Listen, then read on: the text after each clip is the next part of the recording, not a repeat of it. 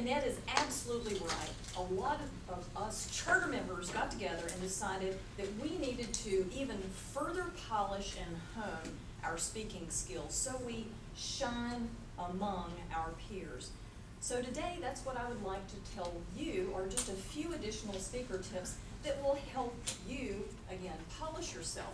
Some of us are already professional speakers, some of us are aspiring professional speakers and trainers. So there's a few things that will really help us stand out. Keep in mind that whenever I do professional speaking for many organizations, there are .orgs. And just like Toastmasters, the people that are the conference planners are not professional conference and event planners. They need our professionalism to help them sometimes. Here's how you can really stand out among that conference planner as well. First of all, you're amateur and then you're professional. You're unpaid and now all of a sudden you're paid. Ladies and gentlemen, we've gone into business, and like any other business, you need to have a speaker contract in place. That way, there's no surprises whenever it comes to that invoice getting sent in. What do you want to be paid for? In addition to your speaker honorarium, what other kind of remuneration do you need? Your travel, your handouts, what do you need? That needs to be clearly written out in writing so that it protects you. It also protects your client because they have requested a service of you and you want to deliver on that promise. So it again clearly states what they expect to get from you as well.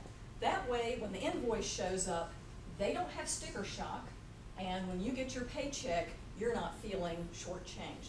Make sure you have a clear contract that keeps in mind everybody's best interest.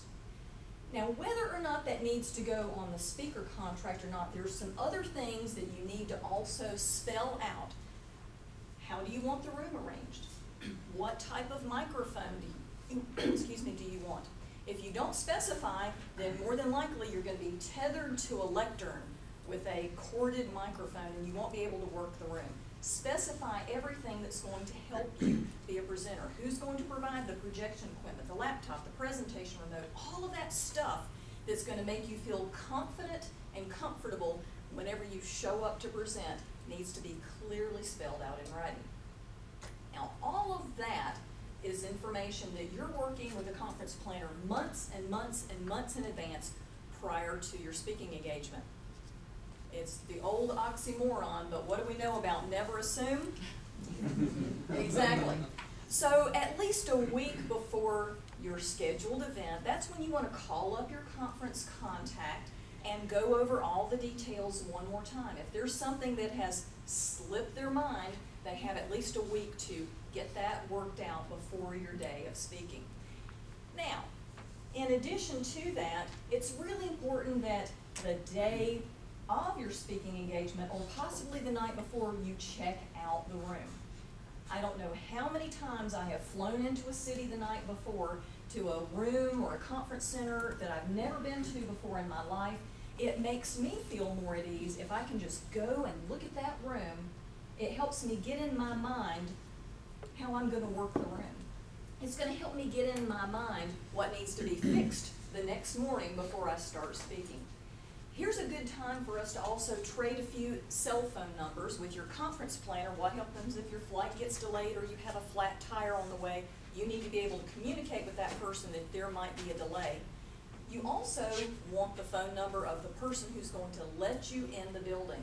If I have an 8 a.m. start time for a workshop, I need to be in that room at 7 a.m., no later than 7 a.m. Somebody has to get a key and let me in the building. I want that person's cell number as well. So you've got a contract, you've clarified some points, now you've made sure and confirmed that everything is available. Well, the cornerstone of Toastmasters has always been the evaluation component.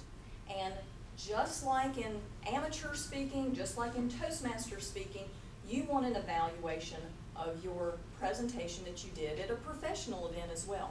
That's something that would be on your list of things to confirm with your speaker contact.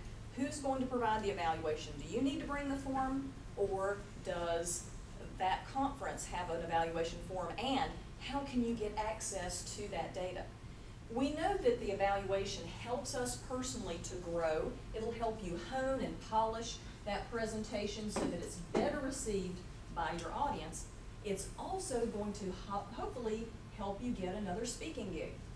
There are so many times that I submit proposals and they want evaluations from my last 5 speaking events. They want to see the data. They want to hire somebody who's a known quantity.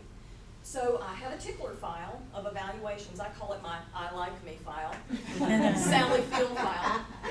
And in that I like me file, I have all those evaluations. So when someone asks for them, hey, I just whip them out and I can email, fax, whatever, send those off. So have that evaluation component in there as well. The last thing is having the opportunity to create more business from this one speaking gig. I never leave the building without seeking out the person who hired me to speak and personally thank her with a handshake for hiring me. She's paying me. I need to be thankful for that. Whenever I get back, I send one of those old-fashioned handwritten thank you notes that winds up on her desk within a week of the conference. And in about 2 weeks to a month, I'll follow up with an email or a call. Based on the evaluation content, there may have been another seminar that I am qualified to present for them, and so I might be grooming. All of this kind of winds up into being someone who shines above all the rest of the presenters out there. That person maybe even will give you word of mouth recommendations for a future speaking gig somewhere else.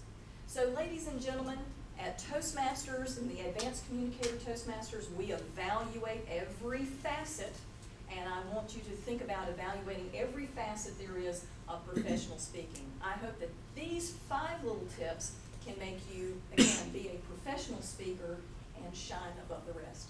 Madam Toastmaster.